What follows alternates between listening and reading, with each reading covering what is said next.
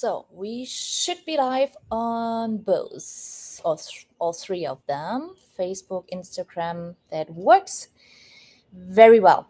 Welcome to another live. I am Jenny. I'm from Galapagos Shark Diving. Galapagos Shark Diving is a dive agency in the Galapagos Island, focused on sustainable and responsible diving. So let's go straight in, because as I learned from my last lives, we cannot cut the section when I am putting it live afterwards. So I will go straight into the topic that we have today. So my idea would be I have like 15 minutes to explain a little bit about what is the best time to dive with hammerhead sharks in the Galapagos Islands. And after, I then will answer all the questions that you have about either diving with sharks in the Galapagos Islands, or specific questions to hammerheads, or anything that you might want to ask about that topic. So find out where the comments are, so you know where to put your questions, because that is your time. It is your time to ask questions. I'm, of course, always available afterwards as well. But let's go straight into what is the best time to see the large schools of hammerheads. And today I don't want to just give you a few months. I want to explain a little bit why it is that we see them in those months, and how you can decide what is maybe the best time for you. Because I get this question so often, because you find so many different articles, with different months, completely the opposite saying in the internet if you're Googling for hammerhead shark diving in the Galapagos Islands. And they're all not wrong, but I want to explain a little bit why, and make it a little bit more understandable. So to make it very short, the best time I would consider is July to October, November. And I will put afterwards, when I'm posting this live on Facebook and Instagram, very easily the links to the studies, because I will talk a little bit also about the studies that are supporting basically those months, because as you can imagine, hammerhead sharks are studied in the Galapagos Islands. And so I will give you those studies as well, which show very clearly July to October, November is the best time to come diving the Galapagos Islands, and your highest chance to see hammerhead schools in the Galapagos. Again, before I start with the topic, I also want to make sure that you realize it's nature that dictates everything. And the Galapagos Islands is one of the few places which are amazing that we do not feed or bait any of the sharks. So what you see is nature. It's in their natural habitat. It is what they are doing when they're not baited, when they're not interacting with humans. So it's a really natural habitat to see them, which is great. But it also means the nature will depend. So weeks to weeks might be different. So let's go straight in. So best time, July to October, November. And why is it? So they will aggregate. So when a school or different individuals come together, we call it a school. And they will come together when there's food available, if the ocean currents are right, and if the temperature is right, or obviously reproduction behavior. So those factors will dictate when you see them. So when you're asking me the questions, when is the best time to see the big schools, you're actually asking me, when are the ecological conditions the best, when they are the best aligned to have the possibility to see it, right? So let's go in. We had the different studies in the Galapagos Islands. I did see even one very recently came out where hammerheads sharks were tagged with satellite tags. They were tagging studies. There were visual observations, etc. And they showed as well the same that we already observed visually, is that 90% aggregation is happening in the months between July and October, November, where you see them more aggregated. In the other times, they can, or the sightings of big schools can drop down to 30%. The sharks are not necessarily leaving the national park, but they're more dispersed. So they're not as concentrated in the Galapagos or around the islands where we're diving, where we see them. So when we're going in, what is different in the cold season, you might ask. So in the cold season, you have different currents that are much, much stronger. So for example, you have the Humboldt current originating in Antarctica, coming all the way up to the Galapagos Islands and bringing a lot of cold but nutrient-rich waters with them. So the water temperature will drop depending on the place where you are in the Galapagos Islands. The water temperature will drop massively or just a tiny bit. But what both of those currents, so including the Crumble current on the western side, do, they have a lot of upwelling. So a lot of nutrients that will bring to the surface. And it's a very, very easy equation. So if you have more nutrients, you will have more plankton. More plankton means more food means more fish, more predators. So very easy, more food, more animals. Very easy. So if you're creating a food-rich environment, and when you are a little bit nerdy like I am, go on Google, put in sea surface temperatures in the months between June and October, you will see there's kind of a band, like a cold water band, and that's the equatorial front. And on all those fronts, you might know there's a lot of nutrients, a lot of food, and that is where often a lot of animals are attracted to, because it is, predictable that there will be food.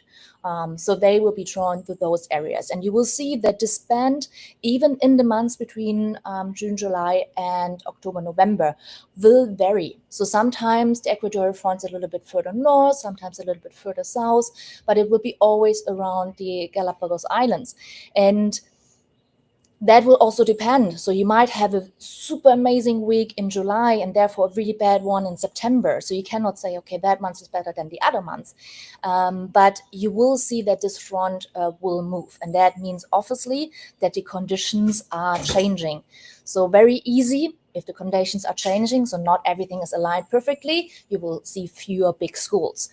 So that is obviously the one big point. And then you will see very, very often, not only in the Galapagos, but there's very obvious that they like to aggregate around like seamounts and islands, because obviously the currents are often a little bit stronger, so a little bit more effective for the sharks. So Wolf and Darwin, when you're looking at the Galapagos, that are the places where you want to go when you want to see hammerhead sharks in big concentrations. So more food, the right temperature, good currents, and you will see obviously the big schools, or your chances to see them are the best, because I would say the equatorial front and every other front, when you look around the world, is where marine wildlife will aggregate. Coming back, so that are obviously in those months the best conditions to see them. If you say, well, I'm not very comfortable, I don't, I'm super afraid of a little bit colder water, or maybe I'm not a strong, current diver or whatever, I only can dive in the warm season. It's not that you not see hammerhead sharks. So they're still there. It's like in the studies, when you read the warm season, it's around 30%, which you're still seeing aggregation. So you will see still, hammerhead schools, but you might see the huge schools. Like, I mean, in the cold season, when we're diving sometimes, and I must say the last 2 years, I think, were just mind-blowing in terms of hammerhead diving. I mean, there were hundreds and hundreds and hundreds, thousands of individuals that were just streaming by in one school. So the last 2 years were just nuts in hammerheads shark diving in the Galapagos. But in the warm season, you still will see them, just not in the big schools, but you will see schools, and you are more comfortable, maybe with warmer water, less current, etc., etc. So basically in that time of the year, usually it is a little bit warmer and less current. Not always, as I had some of you that traveled with us in February, I think, in January. They had suddenly, the Humboldt came in a little bit stronger than usual in those months. And, they even saw a were shark. So you never know. So not every year is the same. So every year will be changing. But the most often best conditions, when all of the ecological conditions align, will be in the months between July and October, November. Why do I spare the month June a little bit? Because that is already cold season, you would say. often, or one study in specific, they pointed out that in their studies, they saw between March and June a little bit more dispersion. So towards up to Cocos and towards Mexico up. So not that they're migrating as much out, but they are not as concentrated as there could be. So in June, again, you will still see them, again, depending on the conditions. But the beginning months are always the months where not always all conditions are aligned perfectly. So July, August, September, October, I would say those 4 months are usually having the best conditions. Again, it can vary, you never know. So there's not one specific month that's the best, but in those months, the conditions are the best aligning in order to see them. So yeah, I think that is most what I wanted to say. So I hope you all take away from that is July to October is the best months. They will be there if the food is there, if the conditions are right, if the temperatures are right, and basically all of that aligns. And I hope that helped you a little bit. I will click into questions and see which questions we had. Let's see if we have something here. No. So let's start on the bottom. Some of my work. Okay, thank you for sharing your work. Looking at schools of Hammerhead and other specials. So yeah, as best months, as I said, best places to do so are Wolf and Darwin, as I said, because that's the seamounts. Again, keep in mind, Wolf and Darwin, you cannot do a day tour because they're just, in terms of navigation, too far away. If you would start in Baltra, where the port is, and would go straight up to Wolf and Darwin, you would travel roughly a day. So that's the reason why you do not do a day tour. There you do have to do a dive liveaboard, and it is so worse in the Galapagos to do a dive liveaboard. Everyone who was already there, you made that experience, and it just, you feel and see it's a national park. It's just, incredible. Oh, you have quite a lot of comments. Cinema Peru, very good. Okay. Oh, there's a comment, language that I don't. So for the Instagram comments, unfortunately, they disappear after I'm posting it. So if you did write a question in your language and I didn't answer it because I didn't understand it, just put it in afterwards when I repost it, and I will make sure to answer all of those. Perfect. Okay, I can't see any questions right now. Let me see if there's anything. Oh, wait. Oh, I see questions. Wait. Hammerhead sharks guaranteed at any time of the year? No, they're never guaranteed because it is wildlife. It is nature. I only can give you the basically months where the ecological conditions are the best. But often is when we're talking about hammerhead sharks, do you mean a big school or do you mean individuals? So individuals, it's not guaranteed. However, it is very, very often that we do see them. So it's always the question, what is your goal? Do you want to see the big schools, or do you want to do, see an individual? I would say an individual hammerhead sharks, I personally, on all the trips that I went to the Galapagos, I saw a hammerhead shark. Do you always see the huge schools? No, you don't, because the conditions need to be aligned for them to be there. As I said, in the last years, for example, last 2 years in specific, were just mind-blowing. So for everyone who traveled with us, I mean, you saw it. It was just incredible to see so many sharks, which is quite making hope. As you know, hammerhead sharks are endangered, so it gives hope to see as many sharks. However, I know that is obviously variation. So guaranteed never, because as I said at the beginning of our live, they're not baited, which is amazing because you see the sharks in their behavior, in their environment, without forcing them to be there just for us as divers. And I think that makes Galapagos even more special. So are the currents dangerous on Darwin and Wolf in August? No. So currents are never dangerous. It always depends how you're diving them. So I dived in different places, and I had some of the diving was not very very good handled. So what we're doing in the Galapagos Islands when there are strong currents, we as a group, we go down together, and then we always hang out around like 50 meters, maybe 20 meters, and holding on. So as stronger the current is, as more you will hold on, and you will see as stronger the current are, as cinemite is. So you holding on onto the lava rock, but the hammerheads are coming closer and closer and closer because they're going against the current the whole time. And sometimes when we have very strong current, we actually have the best encounters because we don't do anything. We're just hanging there, holding onto the rock and enjoying the show, because as stronger the currents are, as closer they come. And then sometimes when we don't see enough that we want to see, we might move together as a group. So it is never that we have to, swim against the current or, do real sport underwater. It's about enjoyment. It's about seeing the hammerheads and other shark species, etc.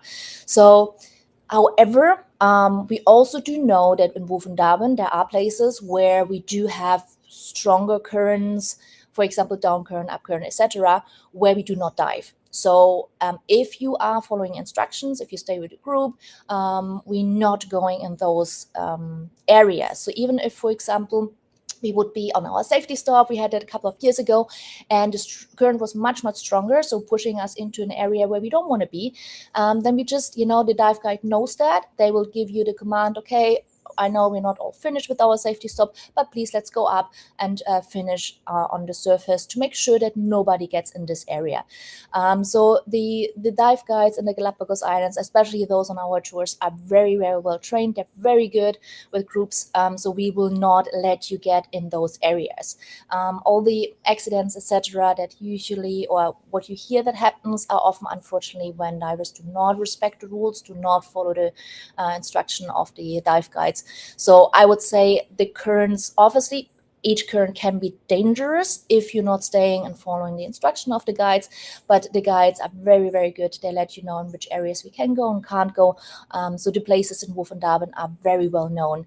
And yeah, you have to adjust, currents are only difficult if you're not being able to be flexible and adjusting. And as I said, the dive guides really in the Galapagos are very good. They're very well trained. So no, I would say they're not dangerous if you're following the rules. So let me see if I did see any other questions. Let me make that a bit bigger. Sorry. Oh, I see that there were a couple of more. I didn't see them. Sorry. Are the currents in August? Oh yeah, sorry that I did miss the question. So I hope I answered that. And if you afterwards also have some questions when you rewatch it or whatever, don't feel shy, just reach out. You can put either a comment on the video, so on Facebook, the one, as well as I believe on YouTube, when you make comments, I still see it afterwards. For Instagram, not. So for everyone who's joining us from Instagram, you have to repost it if I was naughty and did not see your comment. So let me check with Instagram again to make sure. Any beach diving. So yes, you can do day tours in the Galapagos Islands. As already mentioned, you have to stay closer to the main islands, which still can be beautiful. However, if you are coming for the big schools of hammerheads, if you're coming for whale sharks, if you're coming for sunfish, if you're coming for marine iguanas, if you're coming for, there's so much to see in the Galapagos Islands. Dive liveaboard, because around the main islands you won't see it as much. You do have always the chance to see a small school of hammerheads. You always have the chances to see amazing wildlife. You often, you even would have a chance to see whale sharks, right? It's an ocean. But if that is your reason coming, go on a dive liveaboard, because it will be different, and it will, especially if I'm seeing all your comments, pure digital media, I think you want to film it. For you, there's no alternative. Definitely do a dive liveaboard, as you will not otherwise see what you want to see. Migrating whales to ride attract other schools of species. So yes, whales are often very much often sighted in the Galapagos Islands as well, on the western side of Isabella. So if you have the map, look for the Isabella. The western side of Isabella is what you're looking for, where most of the whales, orcas, etc. are spotted. July and October, right? That is correct. So I think that were all the comments from Instagram. So again, if you had questions on Instagram I didn't see or didn't answer and you want to have it answered, don't be shy, just rewrite it in there. Let's see if we have Facebook or YouTube again. Which is your favorite dive site to see hammerhead sharks? My favorite dive site is Darwin. However, for hammerheads, I think it's both. It's Wolf and Darwin. But I think Darwin is special because you can see the hammerhead skulls, but you also can see the whale sharks. So the chances to see big female whale sharks are the highest there. And it's just, I mean, Wolf is the same. I mean, you have so many hammerheads, you have so many Galapagos sharks. There are a couple of areas where they're just so concentrated and they're just so big. And depending on how strong the current is, you see them closer and closer and closer. And you have often the chances to see the eagle rays and yeah, both of them. I mean, it's very hard, Darwin and Wolf. I mean, obviously Darwin is closer to my heart. As dive site, it feels just, yeah, it feels home. But Wolf is as spectacular. So sometimes, you know, dives are there better, sometimes they are better in Darwin. Very, very hard to decide, but those are the places. From all the pictures and videos that you see online, there are in Wolf and Darwin. So if that is your goal to see, go on a dive liveaboard and yeah, and enjoy. Do it in the right time if you can, if your holidays allow it. But I think Wolf and Darwin, or the Galapagos Islands in general, it's a national park and you feel how vibrant and how alive it is. So it can't disappoint. So we have so many, you know, people coming there saying, oh, it's their once in a lifetime trip, and then, you know, they're leaving and say, okay, I'm checking when I can come back. It's really a place it is hard not to fall in love with. And if every place in the ocean could look like Galapagos, we would be a healthy ocean.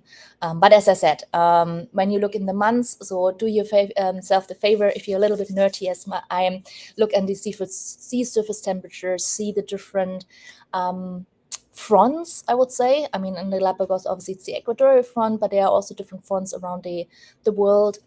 And you will realize why, you know, animals aggregating there and why they are drawn to those. So there's another question. I'm a dive master as well as sailing deckhand. Is there anything else you would like to see on a CV for someone applying for work? Well, to work in the Galapagos Islands, I know it's a dream for many. It is not as easy. So in order to work in the Galapagos Islands as a dive guide, for example, you first have to be resident. You first have to do a course with the national park because you're working in a national park. Those courses are only offered, I think, once every 5 years or so. So it's half a year course, I believe. So there must be a lot of requirements. I think a lot of dive masters writing to us, so I'm usually giving them the answer as well. It's easier if you look at the mainland Ecuador if your goal is to work as a dive master. Galapagos Islands is more difficult. However, it gives you then the guarantee that those dive guides that you have on board have a really good knowledge. They go through a lot of courses, a lot of knowledge that they learn about the ecology in general, I would say, biology, the geology, etc. So different aspects of the islands, of marine wildlife, and are in a very good place to answer a lot of questions. And obviously do know the islands very well. So that is obviously the positive side. So you often have very good experienced dive masters accompanying you on dive liveaboards. But yeah, for someone coming in, very difficult to start working as a dive guide, easier to do that in Ecuador mainland. So I don't see any further questions. I am on land for, I think, another 4 weeks. So I will do that live every week if you want me to. I would like to know which questions you having. So if you have questions that you would like to have discussed a little bit more in detail, if it's, I don't know, solo traveling to the Galapagos Islands, if it is anything that's, you know, is in your mind, don't be shy, write it in the comments and I will pick it up if I think it's fittable and I can talk about it. for 10 to 15 minutes. I mean, usually everything related to Galapagos is very easy for me to talk about. If you have any personal questions, want to chat about, when to go to the Galapagos or your thoughts, just write me an email. At the moment, you will see it takes sometimes a little while, because at the moment I'm doing everything in terms of social media, emails, customer service, etc. So my answer might take a little bit also on social media. So be patient with me, but please, please, please feel free, to reach out, to ask questions.